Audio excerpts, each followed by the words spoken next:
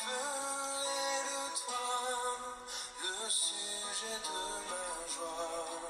Alléluia.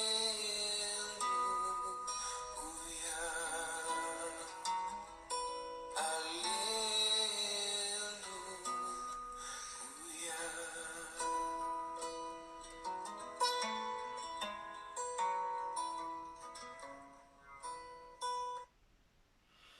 Bonjour à tout le monde, bonjour mes frères et sœurs, bienvenue dans ma chaîne YouTube. Alors ce matin, en ce jour, nous allons partager une étude biblique, nous allons partager une étude biblique. Bonjour à tout le monde, j'espère que vous avez bien dormi et que vous avez déjà pris votre petit déjeuner. Le Seigneur nous réunit ce matin pour étudier sa parole. Alors, aujourd'hui, nous allons étudier la parole de Dieu dans Luc 9, 26. Nous allons étudier la parole de notre Dieu dans Luc 9, 26. Abonnez-vous à ma chaîne YouTube, partagez, cliquez sur la chaîne de notification pour ne pas rater mes prochaines vidéos et partagez la vidéo. Alors, nous allons étudier aujourd'hui la parole de Dieu dans Luc 9, 26. Nous allons voir ce que le Seigneur nous dit sur le fait. Il y a certaines personnes qui ont honte de Jésus. Il y a certaines personnes qui ont honte de Jésus. Ils ont honte de Jésus. Vous allez comprendre ce que le Seigneur dit. Le Seigneur dit dans Luc 9, 26. Il est écrit: car quiconque aura honte de moi et de mes paroles, le Fils de l'homme aura honte de lui quand il viendra dans sa gloire et dans celle du Père et des saints anges. Vous entendez ce que le Seigneur dit? Oui, mes frères et sœurs, il y a beaucoup de gens qui ont honte de parler de Dieu. Il y a les gens qui ont honte de Jésus, surtout nous les jeunes filles. Quand tu es dans le monde, tu pars dans les boîtes de nuit, mais dès que tu deviens la chrétienne, tes copines commencent à se moquer de toi. Elles disent: ah, tu es là dans ces choses-là. Il y a les gens qui ont honte de Jésus, alors que Jésus n'a pas eu honte de mourir pour nous sur la croix. Jésus n'a pas eu honte de nous. Jésus est mort pour nous. Il a souffert pour nous. Alors que Jésus est le Fils, le tout-puissant Fils de Dieu, le général du ciel. Jésus, les anges le louent et l'adorent au ciel, mais il s'est dépouillé de sa gloire. Il est venu prendre la forme humaine. Il est mort pour nous. Mais il y a certains qui ont honte de Jésus. On a honte de qui? D'un roi. Quand Jésus était sur la terre, mes frères et sœurs, qui pouvait faire ce qu'il a fait? Qui pouvait faire ce qu'il a fait? Personne. Il a donné la vue aux aveugles. Il a guéri toutes sortes de maladies. Il a chassé les démons. Les aveugles voyaient, les morts ressuscitaient, les lépreux marchaient, les boiteux étaient guéris. Il a ressuscité Lazare, qui était déjà enterré. On avait enterré Lazare depuis 4 jours.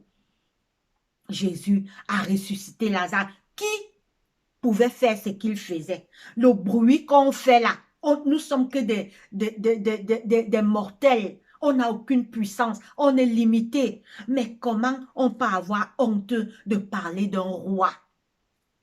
Jésus, c'est nous qui sommes mortels.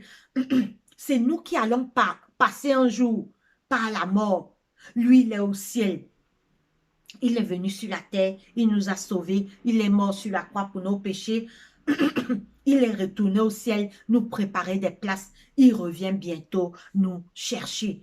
C'est pourquoi Luc, c'est là, vous pouvez lire également ça chez vous dans votre Bible, mes frères et sœurs. Il y a les gens qui ont honte de Jésus.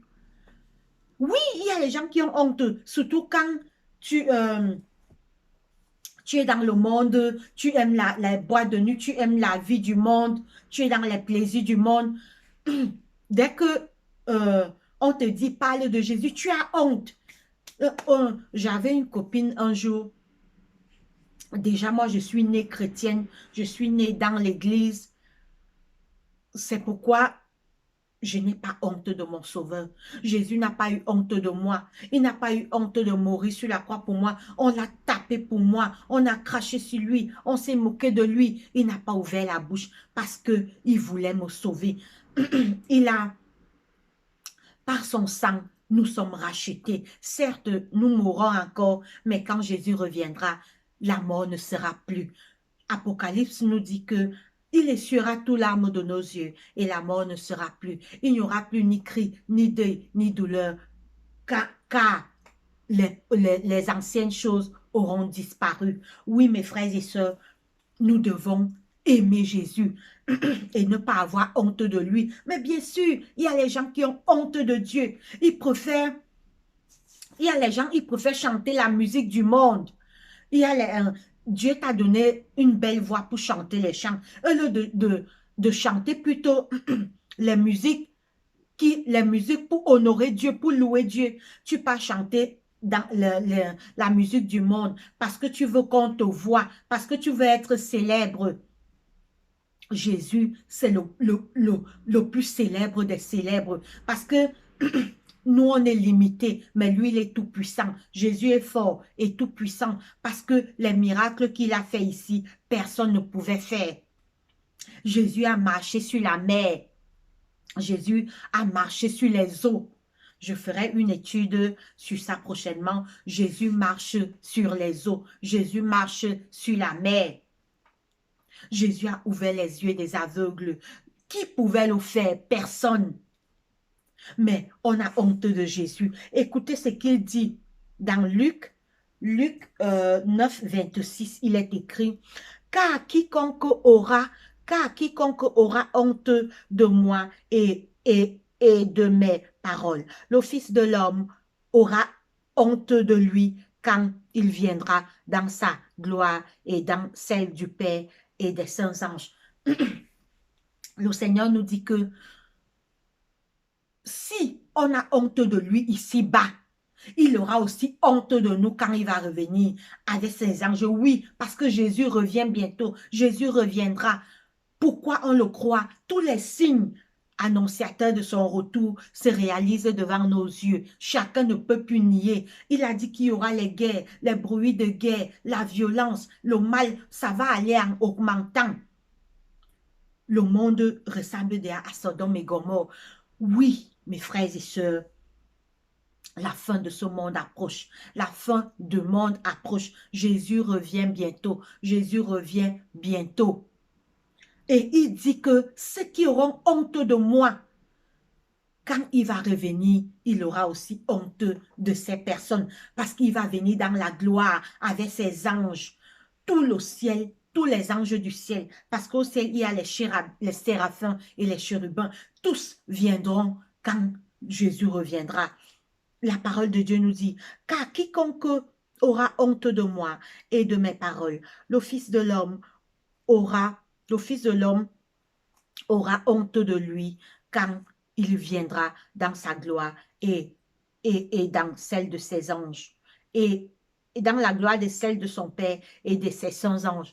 Donc, si on a honte de Jésus ici-bas, il y a les gens, on te dit même, parle de Jésus, ayons honte de nous-mêmes. C'est nous qui mourons, on pourrit. C'est nous, on a des corps mortels. Jésus, lui, il est éternel. Il vit, il siège au milieu des séraphins. Et Jésus, lui, il est tout puissant, il est immortel. Ayons pitié de nous-mêmes.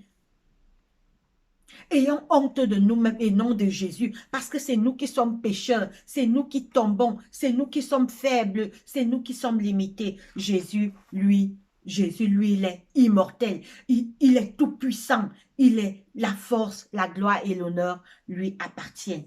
Alors, nous allons maintenant lire Marc 8, 35. Marc 8, 35. Marc 8, 35. Nous allons lire Marc Marc 8, 35. Marc 8. Marc 8, 35, il est écrit. Marc, c'est dans votre Bible chez vous. Vous pouvez, tout ce que je lis là, vous pouvez retrouver ça dans votre Bible à la maison. Moi, j'ai la version 8 secondes. Vous pouvez retrouver tout ce que je lis. On va lire la parole de Dieu dans Marc 8, 30. Marc 8, 38, il est écrit. Marc 8, 38, il est écrit. Marc 8, 38. Marc 8, 38, il est écrit. Car quiconque aura honte de moi et de mes car quiconque aura honte de moi et de mes paroles au milieu de cette génération adultère et pécheresse, le Fils de l'homme aura aussi, vous comprenez, aura aussi. Donc, c'est notre génération 2021. Si quelqu'un a honte de Jésus, quand Jésus va revenir, il aura aussi honte de la personne. Mais oui, c'est du tic au tac. Lui, il n'a pas eu honte de nous. Il a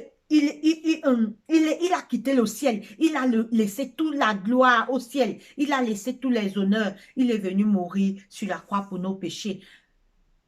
Il n'a pas eu honte de mourir pour nous, pauvres humains, pauvres mortels que nous étions. Il a compati à nos douleurs, il a compati à nos faiblesses, il a versé son sang sur la croix pour nous sauver. Il dit que si on va relire verset 38, car quiconque aura honte de moi et de mes paroles au milieu de cette génération, donc en notre génération, au milieu de cette génération, car quiconque aura honte de moi et de mes paroles au milieu de cette génération adultère et pécheresse, oui, cette génération, on voit tout genre de mal, tout genre de péché. Le Fils de l'homme aura aussi honte de lui quand le Fils de l'homme aura aussi honte de lui quand il viendra dans la gloire de son Père avec les saints anges.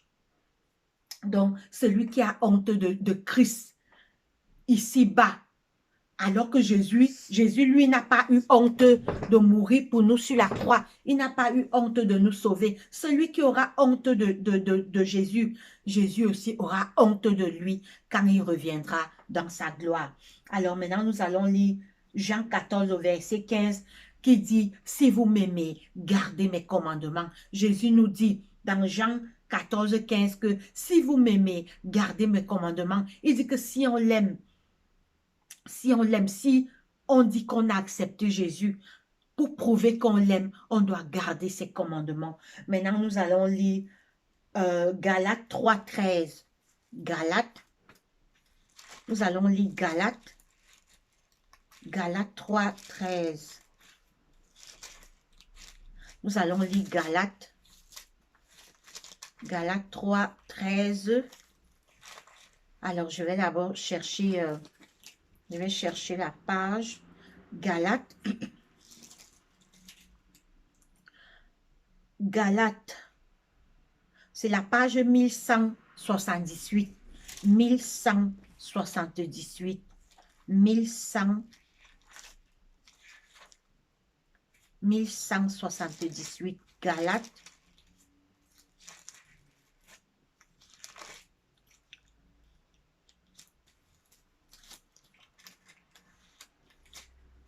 Galates 1178. Excusez-moi. Alors,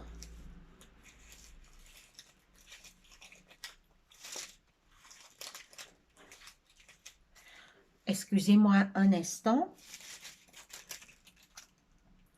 Alors, 1178.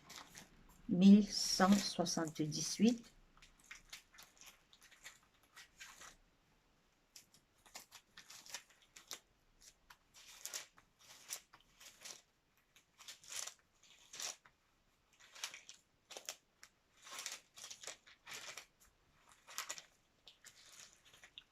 Voilà, j'y suis maintenant. J'y suis Galates 3,13, il est écrit. Galates 3,13, il est écrit. Galates 3,13, il est écrit.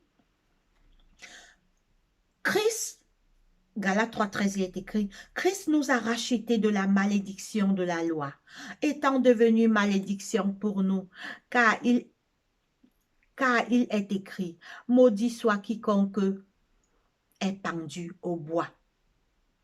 Afin que la bénédiction d'Abraham eût pour les païens son accomplissement en Jésus-Christ et que nous ressuscions par l'Esprit qui avait été promis. Donc, mes frères et sœurs, Christ nous a rachetés de la malédiction. Nous étions maudits. Oui, quand Adam et Ève ont péché dans le jardin d'Éden, l'homme était maudit, la terre était maudite. Jésus est devenu malédiction. Il a porté notre malédiction. Il n'a pas eu honte de nous. Il est devenu malédiction pour nous. Il a porté notre malédiction. Christ nous a rachetés de la malédiction de la loi, étant devenu malédiction pour nous, car il est écrit, maudit quiconque est pendu au bois. Vous savez, à l'époque des Romains, quand on crucifiait quelqu'un sur la croix, cette personne était maudite. Jésus est devenu maudit pour nous. Il a accepté de partager notre malédiction. On va relire Galates 3,13, il est écrit, Christ nous a rachetés de la malédiction de la loi. Oui, parce que dans le jardin d'Éden, la loi était, Dieu avait dit à nos premiers parents, mangez tous les fruits qui sont dans le jardin. Mais il y a un fruit au milieu du jardin. Ne touchez pas ce fruit. Le jour où vous allez toucher ce fruit, vous allez mourir. Malheureusement, nos premiers parents, trompés par Satan, qui était un ange de lumière, qui a été chassé du ciel, il a trompé nos premiers parents et ils sont tombés. Et l'homme a été maudit, toute la création a été maudite, mais Jésus est venu. Il n'a pas eu honte de nous. Il a partagé notre malédiction. Il a porté notre malédiction. Quel sacrifice, quel homme. Jésus est amour. Jésus est bon. Mes frères, soyons amis avec Jésus. Les gens cherchent souvent les amis. Voilà un meilleur ami. Je vous propose ce matin. Le Seigneur, je vous propose ce matin. Jésus, c'est le meilleur ami. Jésus, c'est le meilleur ami. Jésus, c'est le meilleur ami que chacun doit avoir. Christ nous a rachetés de la malédiction de la loi, étant devenu malédiction pour nous, car il est écrit, maudit est quiconque est pendu au bois. Nous allons maintenant lire Ésaïe 53, 5. Ésaïe, nous partons dans, Ésaïe c'est dans l'Ancien Testament, nous partons dans Ésaïe, c'est la page 680. 680, c'est la page 680. La page 680. La page 680, j'y suis. Ésaïe 53, verset 1er. On va commencer au verset 1er. Ésaïe 53, à partir du verset 1er. Ésaïe 53. Vous pouvez également trouver les mêmes versets chez vous dans votre Bible à la maison. C'est la même chose. Moi, j'ai la version 8 secondes.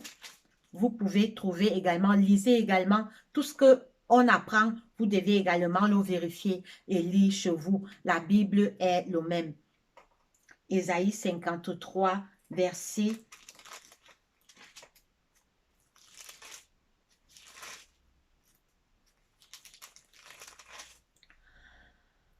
53, verset 1er, nous commençons. Qui a cru à ce qui nous a été annoncé?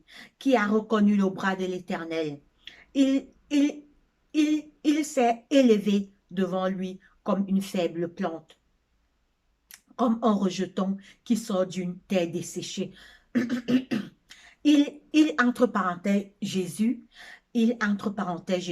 il s'est élevé devant lui comme une faible plante, comme un rejeton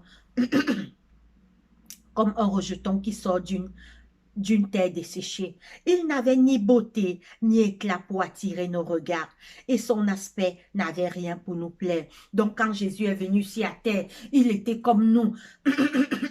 Il, a, il était simple.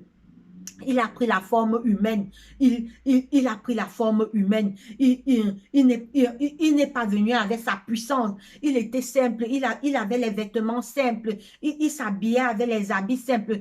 Il, il, il s'est rabaissé à la place de l'homme. En fait, il s'est rabaissé. Il est devenu homme pour nous sauver. Il s'est élevé devant lui comme une faible plante, comme, comme une faible plante, comme un rejeton qui sort d'une terre desséchée. Il n'avait ni beauté, ni éclat pour attirer nos regards, et son aspect n'avait rien pour nous plaire. Donc, il n'avait pas les vêtements de roi. Il était simple comme ses disciples. Il était vêtu simplement. C'est pourquoi il ne frappait pas les regards. Oui, il a pris, cette position pour nous sauver. Il a fallu qu'il se rabaisse comme l'homme. Il a fallu qu'il devienne comme l'homme. Il n'avait ni beauté ni éclat pour attirer nos regards et son aspect n'avait rien pour nous plaire. Donc, il était simplement habillé, simplement vêtu et son aspect n'avait rien pour nous plaire. Méprisé et abandonné des hommes, homme de douleur et habitué à la souffrance, semblable à celui dont on détourne le visage. Nous l'avons dédaigné, nous l'avons dédaigné, nous n'avons fait de lui aucun cas. Homme méprisé et abandonné des hommes. Les hommes le méprisaient, on l'insultait, on se moquait de lui, on voulait le lyncher à plusieurs fois. Les pharisiens ont voulu le lyncher. Les gens avaient du mépris pour lui. Vous voyez, jusqu'où Jésus s'est rabaissé pour nous sauver. Méprisé et abandonné des hommes, homme de douleur et habitué à la souffrance.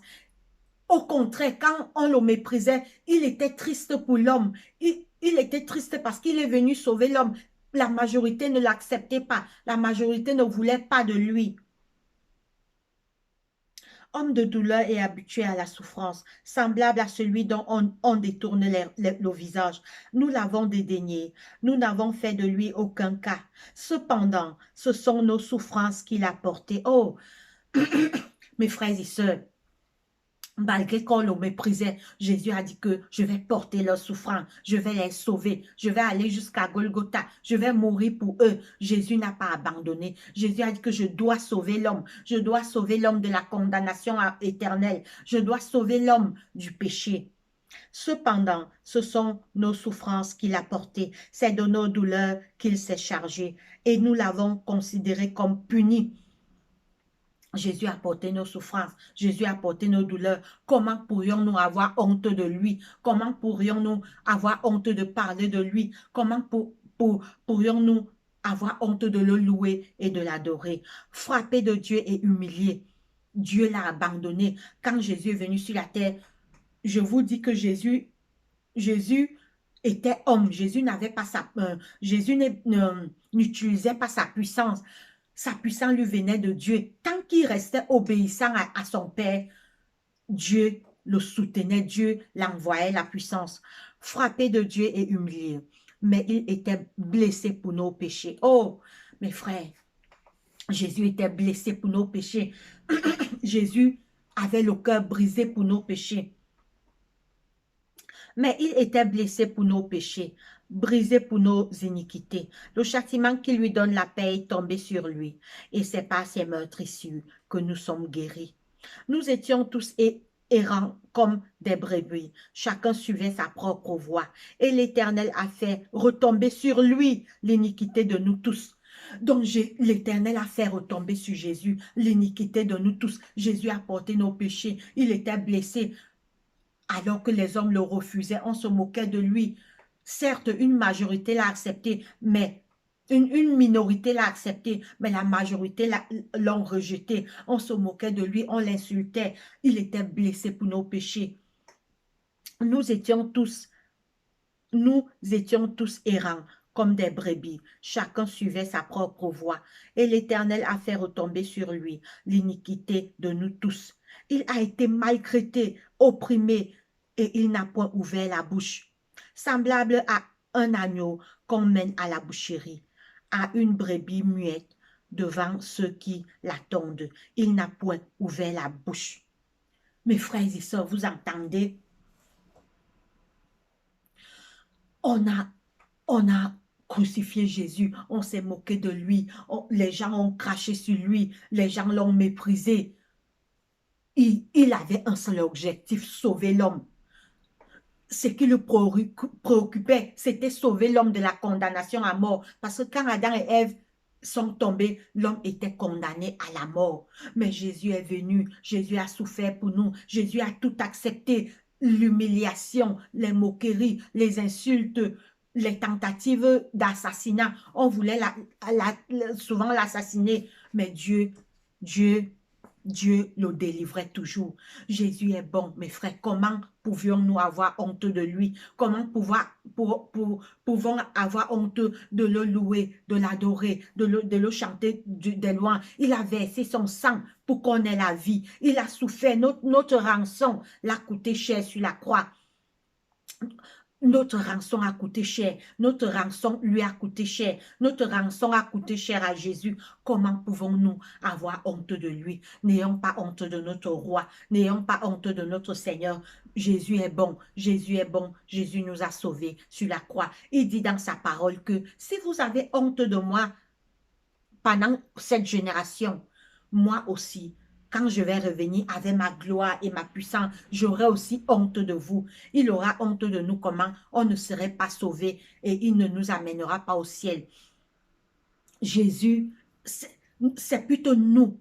Ayons honte de nous-mêmes, parce que c'est nous qui sommes des mortels, c'est nous qui périssons, c'est nous qui mourons et on nous oublie. Mais Jésus, lui, il est éternel, il est au ciel. Les anges lui donnent les hosanna et les alléluia. Et il nous aime. Par-dessus tout, il nous aime. Jésus nous aime. Son seul souhait, c'est qu'on l'accepte. Il nous a déjà sauvés sur la croix. Il a vaincu Satan. Il nous a rachetés. La seule chose que nous avons à faire maintenant, c'est nous éloigner du mal, l'aimer, l'obéir, l'accepter, faire sa volonté, marcher selon ses commandements. Et quand il reviendra, il se souviendra de nous, il se souviendra de notre nom. Même si on est déjà mort, la mort n'est pas la fin. Je ferai une étude prochainement sur l'état des morts. On va voir où vont les morts. C'est pas notre étude aujourd'hui, mais je ferai une étude. Il y aura une résurrection. La mort n'est pas la fin. Quand on perd nos membres de famille, sachant que s'ils sont morts en Christ, si de leur vivant, ils ont accepté Jésus, ils seront sauvés, ils ressusciteront quand Jésus reviendra. Nous sommes arrivés au thème de notre étude ce matin. La leçon que nous devons tirer, n'ayons pas honte de Jésus. Jésus n'a pas eu honte de nous quand il est venu sur la terre. Comment nous, on peut avoir honte de lui alors que lui n'a pas honte de se rabaisser à notre niveau et de nous sauver sur la croix. Que Dieu bénisse sa parole. Prions. Seigneur Dieu, notre Père, notre Roi, Dieu de grâce, Dieu d'amour, Dieu de bonté, Créateur du ciel, de la terre, de la mer, de toutes choses. Merci de nous avoir gardés, protégés pendant cette semaine. Tu as été avec nous, je te dis merci. Seigneur, merci pour tout. Merci pour la santé, merci pour la nourriture. Merci pour tous tes bienfaits. Nous avons péché contre toi, nous avons fait ce qui est mal à tes yeux. Pardonne nos péchés, efface nos erreurs, efface nos fautes, Seigneur. Viens dans nos cœurs. Éloigne-nous des mauvaises pensées, des mauvais désirs et des mauvaises pratiques. Éloigne le mal de nous. Chasse Satan et tous ses démons autour de nous. Mais donne-nous la paix dans nos cœurs. Je te présente nos familles, Seigneur. Envoie dans nos familles la paix, l'amour, la joie, l'unité et le pardon. Éloigne de nos familles la guerre, la haine, la violence. Soutiens également les familles de tout ce qui vont passer dans cette vidéo et que la gloire te revienne. Guéris les malades dans les hôpitaux. Je te présente les malades, même comme les malades que je ne connais pas dans tous les hôpitaux, dans les guéris, les prisonniers, les aveugles, les lépreux, les enfants de la rue, toutes les familles endeuillées, papa, soulage leurs maux. Seigneur, alors que tu reviens bientôt, éloigne nos cœurs du mal. Aide-nous à nous préparer pour ton retour. car ton retour est véritable et certain, car tous les signes que tu as donnés sont en train de se réaliser. Ça prouve que tu n'avais pas menti, que tu vas revenir. Active nos cœurs vers toi. Bénis cette journée. C'est au nom puissant de Jésus-Christ, mon roi et Seigneur, que je t'ai ainsi prié. Amen. Alors, nous sommes arrivés au terme de cette vidéo. Je vous souhaite une bonne journée. Allez, portez-vous bien. Bye bye. À la prochaine vidéo.